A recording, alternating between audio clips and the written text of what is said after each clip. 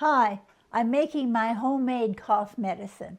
Around here we call it the recipe. I'll show you what goes in it in a minute, but the history of this is years ago I used to watch the Waltons, Appalachian family, and they used to go down the road and buy the recipe for all kinds of ailments, mostly for coughs or respiratory things, from two old ladies called the Baldwin sisters. And they called it the recipe, all right? Well, this is my version of the recipe. It's close enough. 1 cup in a jar of honey. 1 cup of lemon juice on top of that, and 1 cup of brandy on top of that.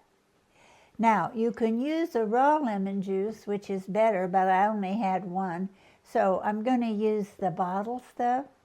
All right, so I got a cup and a cup and a cup of, it'll go in a quart jar, and I'll do this with it.